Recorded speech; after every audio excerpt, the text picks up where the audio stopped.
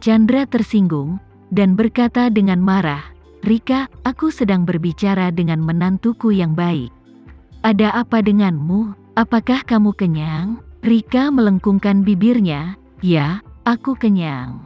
"Ada apa? Apakah kamu punya pendapat?" Chandra melambaikan tangannya dengan tidak sabar. "Terlalu membosankan untuk tinggal. Aku tidak repot-repot berbicara denganmu." Rika mencibir dengan jijik, "Bukankah kamu malas? Tidak masalah bagiku, tapi posisimu sebagai wakil presdir eksekutif mungkin tidak lama. Mengapa orang-orang meminta komentarmu? Pasti karena semua orang tahu bahwa kamu adalah seorang ahli palsu, dan mereka ingin mengungkapkan warna aslimu dengan cepat." Wajah Chandra semakin jelek, dia buru-buru menarik baju Tama, dan berbisik, "Menantu yang baik, mari kita bicara di luar."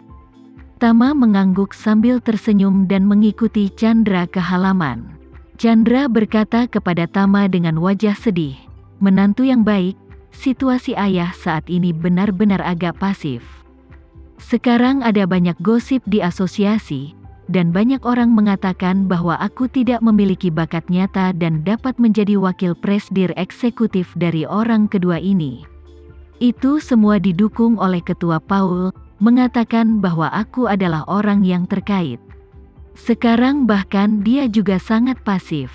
Saat dia mengatakan itu, Chandra merendahkan suaranya dan melanjutkan, "Presdir Paul memintaku makan kemarin, dan memerintahkanku beberapa kata dengan cara yang samar, yang berarti bahwa akhir-akhir ini terlalu banyak orang yang meminta nasihat darinya, dan semua orang ingin memakzulkanku. Jika aku tidak bisa menemukan apapun, sangat sulit untuk meyakinkan semua orang." Tama mengangguk dan berkata sambil tersenyum, "Ayah, ini mudah ditangani. Lukisannya banyak sekali, dan kebetulan Asosiasi Lukis dan Kaligrafi kalian akan mengadakan pameran lukisan dan kaligrafi. Jadi aku bertanya kepada seseorang apakah dia bisa meminjamkanmu beberapa lukisan." Mendengar ini, Chandra bertanya dengan semangat, "Menantu yang baik, apa yang dikatakan klienmu? Apakah dia ingin meminjamkan kita?" Tama berkata, "Klienku memiliki status khusus, dan banyak dari koleksinya tidak nyaman untuk dipamerkan, tapi dia masih sangat tertarik.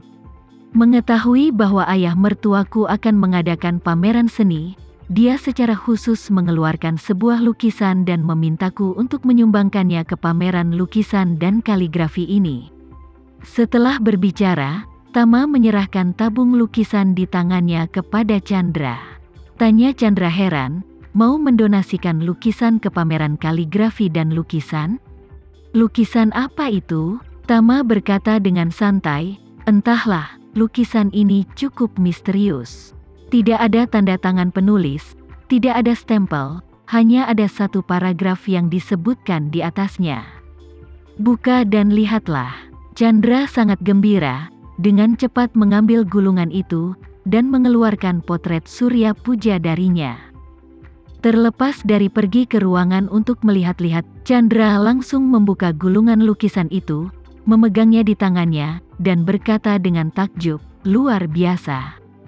Lukisan ini sangat bagus." Tama mengangkat alisnya dan bertanya ingin tahu, "Ayah, bagaimana menurutmu? Ngomong-ngomong soal lukisan ini, apa bagusnya?" Chandra mendecakkan bibirnya dan berkata, "Jika kamu ingin aku mengatakannya, aku benar-benar tidak bisa memastikannya, tapi menurutku keterampilan melukis lukisan ini sangat bagus, realistis. Dan ini jelas merupakan realisme yang jarang terlihat di bidang seni lukis. Soalnya, lelaki tua itu memintanya untuk menggambarnya, sepertinya itu benar-benar nyata. Dan lelaki tua ini sangat enggan berdiri di atas batu besar ini. Aku tidak tahu apa yang kumaksud, tapi lukisannya sangat bagus." Tama sedikit tercengang, tetapi dia tidak menyangka komentar lelaki tua itu begitu membumi. Jika Surya Puja mendengar ini, tidak peduli seberapa kuat hati Taonya, dia akan tersinggung. Cukup, saat ini, Chandra melihat kata-kata di lukisan itu, dan berkata di mulutnya, "Surya Puja, Nama kelahiran Wiratama Puja, lahir pada tahun pertama Linde di dinasti T. Saat dia berbicara, matanya tiba-tiba membelalak, dan dia berkata, "Aduh, lelaki tua dalam lukisan ini berasal dari dinasti T. Apakah itu berarti lukisan ini juga dilukis oleh orang-orang dari dinasti T?" Tama tersenyum dan berkata, "Mungkin, tapi artis itu tidak meninggalkan nama dan waktunya. Jadi kamu bisa memperlakukannya seperti lukisan dari dinasti T." Chandra berseri-seri dengan sukacita, dan berseru, "Para pelukis dinasti T telah ada selama lebih dari 1000 tahun, dan lukisan mereka masih sangat bagus. Kalau ini dibawa ke pameran kaligrafi dan lukisan, bagaimana?" Tama mengangkat bahu dan berkata sambil tersenyum, "Poin utamanya adalah tidak ada tanda tangan pada lukisan ini. Bahkan jika itu adalah lukisan karya pelukis dinasti T, tidak mungkin menemukan pencipta sebenarnya. Lukisan semacam ini sulit dijual dengan harga di pasar kaligrafi dan lukisan. Itu tidak akan menyebabkan terlalu banyak masalah." Chandra berkata, "Apapun dia, lukisan itu bagus dan berasal dari dinasti T." Tinjauan kinerja selesai.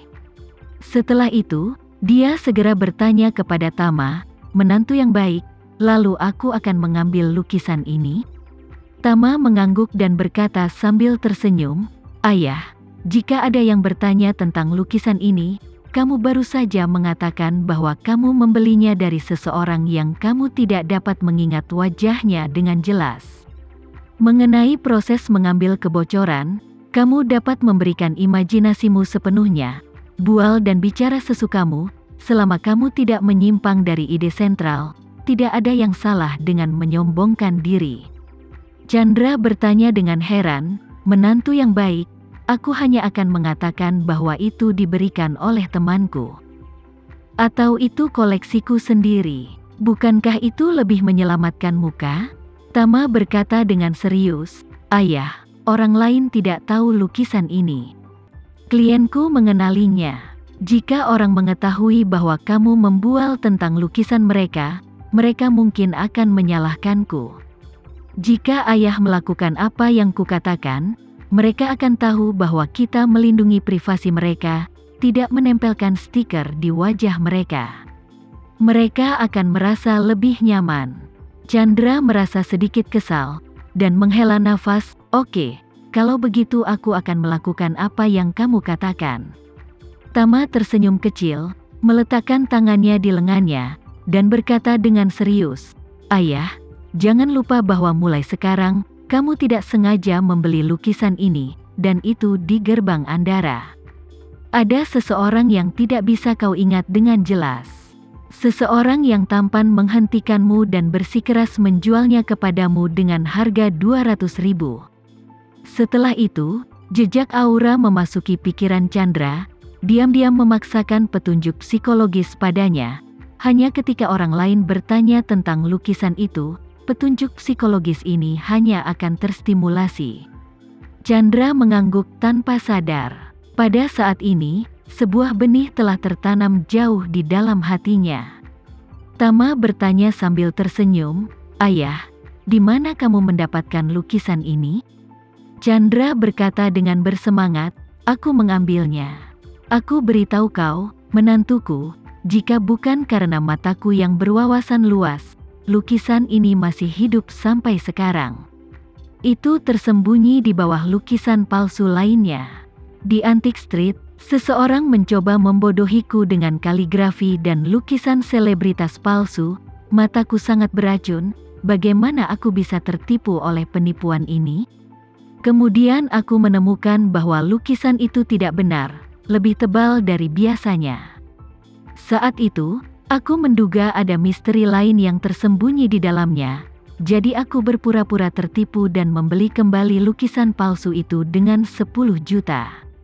Setelah aku kembali, aku merobek lukisan itu dari samping seperti ini, dan ternyata mahakarya dinasti T ini tersembunyi di dalamnya." Tama diam-diam tercengang, mengira sebagai orang tua, ayah mertuanya terlahir dengan bakat membual. Namun, Yang dia inginkan adalah penampilan alami Chandra. Dia yakin Victoria tidak akan berani memeriksa latar belakang lukisan ini, tetapi dia tidak berani mengesampingkan bahwa dia, ayah mertuanya, berbicara omong kosong di luar dan kemudian meneruskannya ke Victoria. Jadi dia memberi Chandra petunjuk psikologis khusus untuk berhati-hati. Melihat ayah mertua telah sepenuhnya memasuki drama, Tama mengangguk puas. Tampaknya ayah mertua tidak hanya mengingat petunjuk psikologisnya, tapi juga ingat instruksinya untuk membiarkan dia menyombongkan diri dengan santai. Dia tahu bahwa saat ini, jauh di lubuk hati Chandra, dia sangat yakin bahwa lukisan ini diambilnya sendiri.